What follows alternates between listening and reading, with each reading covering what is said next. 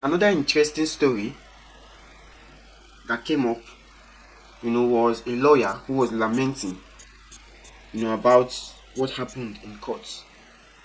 Now he took his client to court and he was granted bail, and the requirement for this bail was met, only for him to meet resistance from the clerk of the court. Let's take a look at the video, and when we come back, we'll talk about it. I am in the premises of Magistrate Court 2, Oka, Anambra State. I am here with my client. You can see us. We are still in court. The Honorable Magistrate granted my client bail in a very simple offense. And my client met the conditions of the bail. But the clerks of court that I must give her 20,000 naira before she will take the records, the surety bond, to the magistrate to sign. The clerk of the court also insulted me and called me names. This is the person that went to the magistrate for him to sign the document and return back, and said that the magistrate said that he must bring 20,000 naira. Whether we like it or not, if there is no justice for the common man in the judiciary, there will not be justice anywhere. When somebody is granted bail, bail is free in the police station, in court. Nobody has right to demand for any money before bail bond will be protected.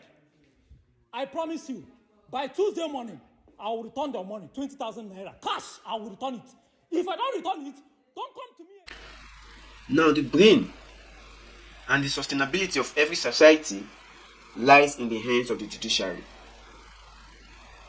Now, when the judiciary is compromised, it is finished for the common man and for the country, because there won't be any justice anymore. When the judiciary decide to take a path that is not in the outline of their profession, then no hope for the common man. Now, this is a case of an individual crying at a lawyer, for that matter. Now, how many cases has there been that the judiciary has thwarted the effort of so many release?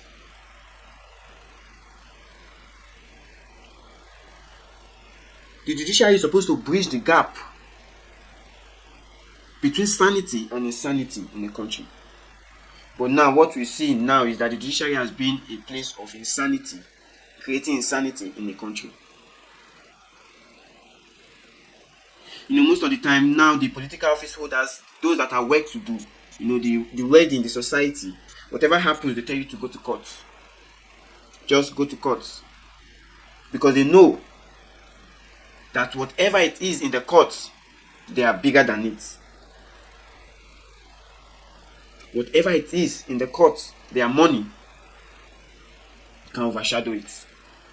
That is why during the 2023 election, when the results were being announced, and people began to revolt that this was not part of the outline of this election. And what the chairman could say was that if you are not satisfied with what we are doing, you can go to court. Because why? They know that you going to court is a wasted effort, because they have their cronies already there that will deliver justice to them. Now, this young man was granted bail, and the criteria for the bail was met, but only for the clerk to be asking for 20,000 naira for it to be processed. This talks about corruption in the judiciary. And it is being meant to be so, to keep the judiciary under the feet, the way to do. That is why you see when there's a case between the rich and the poor, there's 1,001% that the poor will not get justice. Because the moment this rich man slams, a token to the judiciary, they go compromised. Just a common 20,000 naira was just what they requested for them to process his bail and for the judge to sign. This brings also about the ill treatment of the judiciary, because they are not being paid well. They don't even have the same allowance. They don't have allowances that these, the House of Rep members, the House of Senate, they get every month. None of that, and they are giving, majority of them are being given minimum wage. So tell me, why won't they be compromised and start asking for money to do things? These allowances that our National Assembly members they are collecting is what is supposed to be meant for the judiciary. Hazard allowance, wardrobe allowance, feeding allowance, aids allowance, whatever allowance you can think of is supposed to be for the judiciary. Because if the judiciary is they are well to do, if these judges, the clerks, they are well to do, they won't be compromised. So if all these senators have their cronies in the judiciary, what stops them from slamming, times 10 or times 20 of their salary monthly income to these judiciary members, and you expect them to not be compromised? It is very difficult. Not until there is a reform in the judiciary system where all the workers in the judiciary are being paid a substantial amount that will not give yield to bribery and corruption in their system, then we are not ready. We are not ready. So this is the case of the Nigeria judiciary. And after the judiciary is God. You take your case to God. Because most of the time people are being thrown in jail, left in jail for cases that are not even up to anything. And most of the time when the time for their judgment comes, it keeps getting postponed. Why? Because there's a money bag somewhere that is footing the postponement. And that's my case. This brings us also to, a speech from one of our intelligent sister. She's a rights activist, Ijoma 14. She gave an extensive briefing of the state of the nation. So she also, gave it hard on the judiciary. And she also suggested a template, of how the judiciary should be run. And this thing has always been on my mind also, as a political office holder, as a politician, none of your family member has any business, to do with being a judge or working with the INEC.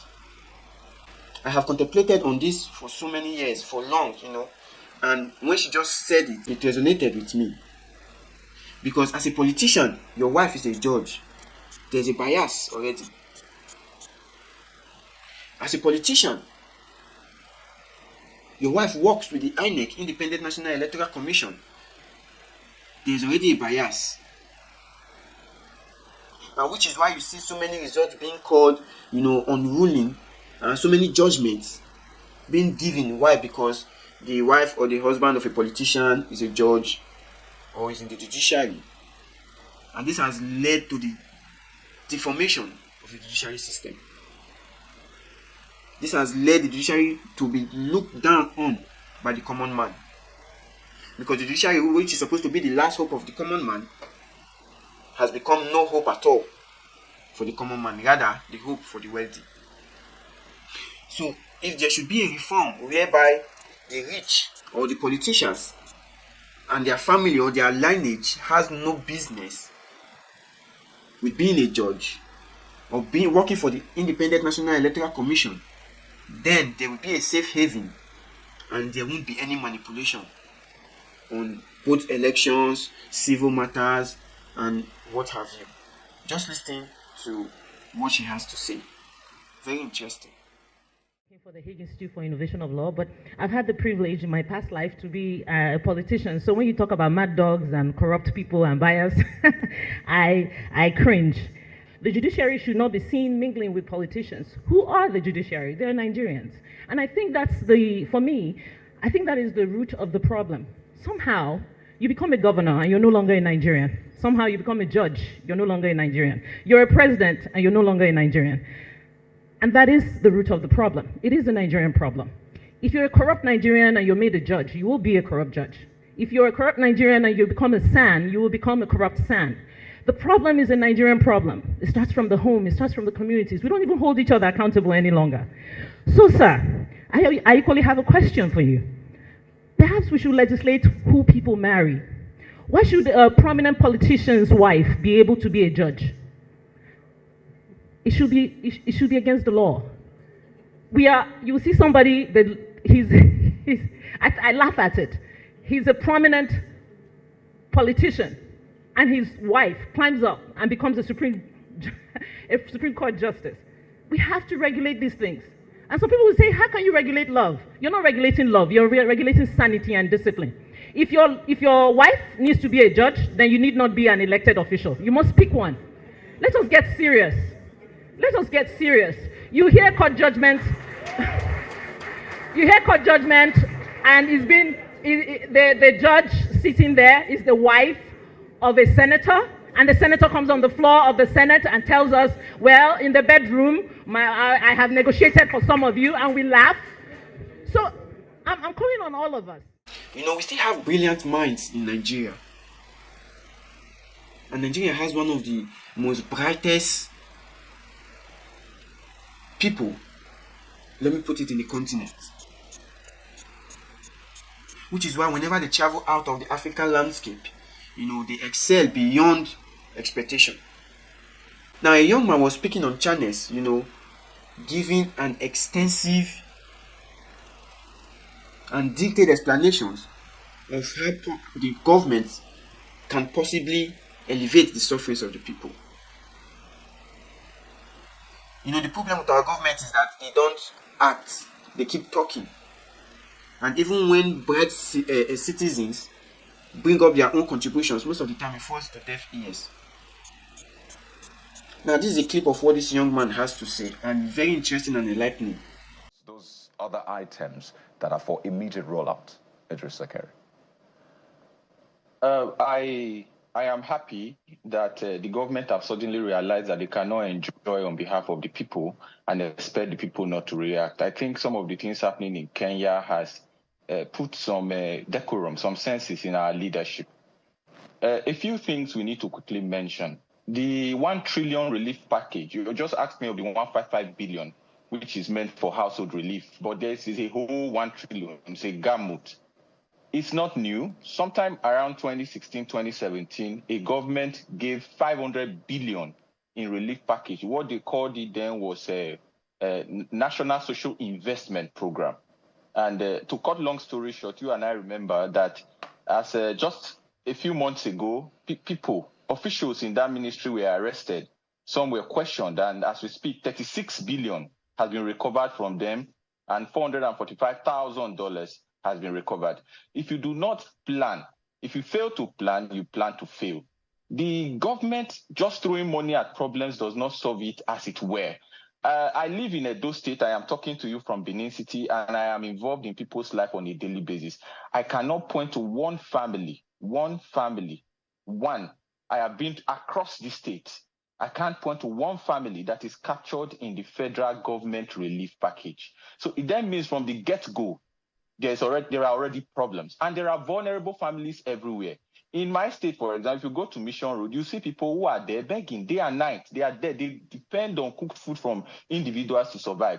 Who is capturing those people? Everything cannot be done on the internet. The poorest of the poor are not on the internet. So you have to go down to the root. I have never seen an evaluation officer going from home to home, asking people, please, who needs food here, and who needs to eat here, and who needs relief, and so on and so forth. So there are a number of things. You talked about the governors. You asked me about the governors, the president giving them marching order. It's worrisome that the president needs to have a come to Jesus conversation with our governors before they suddenly realize that they need to farm.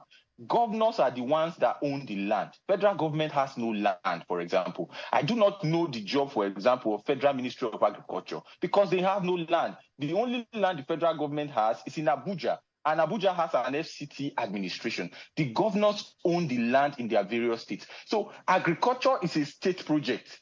Every governor should be producing food in their areas of competitive advantage. In Edo State, pineapple grows in Eastern land.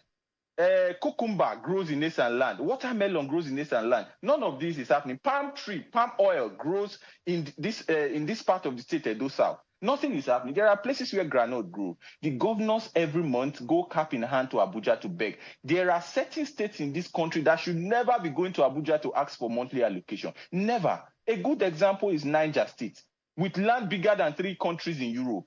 Niger State should never ask for allocation. I know the governor is doing a few things now, and we must mention it that the governor has suddenly realized that he needs to do a few things, and commend him for that effort. So, in a nutshell, state government should allow local government function because it's bottom up. The local government, state government must collaborate to feed Nigerians. The federal government, as fantastic as their policies are, it has never worked because you cannot sit in Abuja and pretend to know what is going on in Orion or in Edo State, for example. You can't, it simply will not work. That is why we have had the failure of the Humanitarian Affairs Ministry of the Buhari administration, and then it may likely repeat itself now. In a few years from now, you may hear that some of these monies have been used to purchase houses in Abuja and Lagos. That is why we are asking now. It is time for the government to domesticate policy.